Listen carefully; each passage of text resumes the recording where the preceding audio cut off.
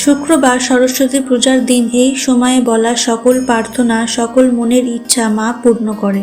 হ্যাঁ বন্ধুরা, মাতা সরস্বতীকে বিদ্যার দেবী বলা হয়। মা সরস্বতীর আশীর্বাদে আমরা কথা বলতে পারি।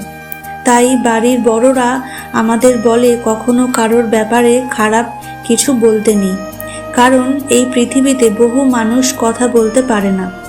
তাই আপনি অনেক ভাগ্যবান। বন্ধুরা, মা সরস্বতী হলেন ভগবান ব্রহ্মাদেবের সতী স্বরূপা। তাই সৃষ্টির সমস্ত গণের দেবী হলেন মা সরস্বতী। বন্ধুরা, একটি এমন থেকে শুরু করে সমস্ত বিশ্ব ব্রহ্মাণ্ডের জ্ঞান মা সরস্বতীর কাছে আছে। তাই জীবনে সফলতা প্রাপ্ত করার জন্যে মায়ের আশীর্বাদ নেওয়াটা খুবই দরকার। তাই বন্ধুরা, প্রত্যেক বছর বসন্ত পঞ্চমীতে মায়ের আরাধনা করা হয়।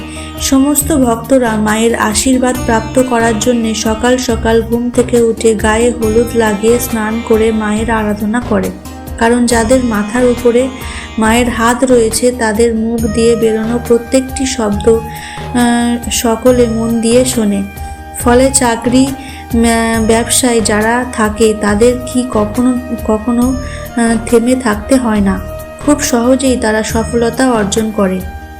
যে কোনো মানুষকে তারা কথার মাধ্যমে বশ করে ফেলতে পারে। ফলে জীবনে যে সমস্যায় সম্মুখীন হন না কেন, টাকা পয়সাই সব কিছুই প্রাপ্ত করতে পারে। তাই চলুন বন্ধুরা, এইবার আমরা জেনে নিই এই গুপ্ত সময়ে, এই সময়ে আপনাদের সকল মনস্কামনা মা পূর্ণ করবেন। বন্ধুরা, শাস্ত্রমতে ব্রহ্ম মুহূর্তের সময় হলো রাত 10টা থেকে 6:15 পর্যন্ত সময় খুবই উত্তম বলে মনে করা হয়। শাস্ত্র অনুসারে এই সময় মা সরস্বতী আমাদের জিহ্বায় এসে বসে। তাই সরস্বতী পূজার দিন এই সময় যদি আপনি মাকে নিজের মনস্কামনা বলতে পারেন তাহলে অবশ্যই আপনার সকল মনস্কামনা মা পূর্ণ করবেন। আর যারা পড়াশুনো করে তারা অবশ্যই করে গায়ত্রী মন্ত্র জপ করবে। বন্ধুরা, আপনারা পরিষ্কার জামা কাপড় পরে স্নান করে একটি শুদ্ধ বস্ত্র পরে আপনারা গায়ত্রী মন্ত্র জপ করবেন। গায়ত্রী মন্ত্র জপ করার আগে সামান্য জল নিয়ে নিজের মনস্কামনা মাকে বলে একটি সংকল্প নেবেন যে মা, আমি আজ আপনার এই মন্ত্র পাঠ করব, তার বদলে বন্ধুরা আমার সকল মনস্কামনা তুমি পূর্ণ করো। নমো সরস্বত্যৈ মহাভাগে বিদ্যা কমলোচনে বিশ্বরূপে বিশালাক্ষী বিদ্যাম দেহি নমস্তুতে। এই মন্ত্র আপনারা জপ করবেন। বন্ধুরা, আপনারা প্রত্যেকেই জানি যে মা সরস্বতী হলেন শিক্ষা, বিদ্যা, কলার দেবী। আমাদের মনের ভেতরে থেকে দেবী অন্ধকার, অশিক্ষা, কুশিক্ষা এইগুলিকে দূর করে জীবন থেকে আবার আলোয় ভরিয়ে তোলে। তাই প্রত্যেকটি বছর আমরা বসন্ত পঞ্চমী তিথিতে মা সরস্বতীর আরাধনা করি। আর বন্ধুরা, এই বছর সরস্বতী পূজা পড়েছে 23শে জানুয়ারি বা 9ই মাঘ শুক্রবার দিন। বন্ধুরা, এই দিন সকাল থেকে এই কাজগুলি কিন্তু করতে একদমই ভুলবেন না। এবং এই খাবারটি বন্ধুরা এই দিন আপনারা অবশ্যই করে গ্রহণ করবেন। কারণ বন্ধুরা, এই সরস্বতী পুজোর দিন আমাদের এই কাজগুলি সকলকেই করতে হয়।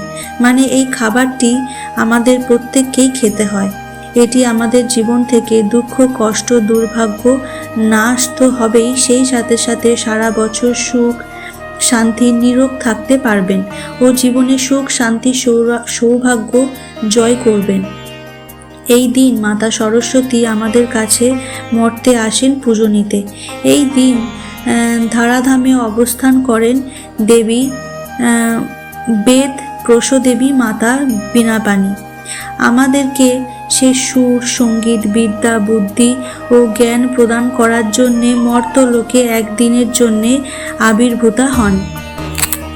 তাই এইসব কারণে বিদ্যার্থীদের কাছে সরস্বতী পূজার বিশেষ গুরুত্ব থাকলেও তিনি বাঙালিদের কাছে পরম পূজ্য। তাই বন্ধুরা, আপনারা এই দিন আপনারা ভুলেও এমন কিছু কাজ রয়েছে যা কখনোই করবেন না। আর যদি আপনি ভুলবশত করেও থাকেন তাহলে কিন্তু আপনি এই দিন জেনে শুনে নিজের বিপদ নিজেই ডেকে আনবেন। হ্যাঁ বন্ধুরা, দেবী সরস্বতীকে কল্পনা করা হয় শ্বেত পদ্মে অধিষ্ঠিত, শ্বেত রাজহংসিনী উপর। তিনটি আদ্যা শক্তির মধ্যে একটি আদ্যা শক্তির অংশ হলেন এই দেবী সরস্বতী। বন্ধুরা, প্রত্যেক মাঘ মাসে শুক্লা পক্ষে পঞ্চমী তিথিতে অর্থাৎ শ্রী পঞ্চমীতে রাজহংসের রথে চড়ে পৃথিবীতে পুজো নিতে আসেন স্বয়ং দেবী সরস্বতী। তাই শাস্ত্র মতে মনে করা হয় যে এমন একটি পবিত্র শুভ দিনে যা আপনার এমন কিছু কাজ আছে যা আপনারা ভুলেও করবেন না, নতুবা নিজের জীবনকে অজান্তেই আপনি নিজেই কিন্তু বিপদে ফেলে দেবেন। তাই এই বিষয়গুলি আপনি কিন্তু অতি অবশ্যই একটু সতর্ক থাকবেন। বন্ধুরা, আমি আপনাদের একই সঙ্গে আরও একটি বিষয় জানিয়ে রাখি, দেবী সরস্বতীকে বলা হয় জ্ঞানের দেবী, যিনি জ্ঞান ও প্রজ্ঞা প্রদান করে থাকেন। এই কারণে দেবী সরস্বতীর আরাধনার জন্য উৎসর্গিত বসন্ত পঞ্চমীর উৎসব বিশেষভাবে পালিত হয়। এই দিনের আরও নাম আছে, তা হলো বসন্ত পঞ্চমী।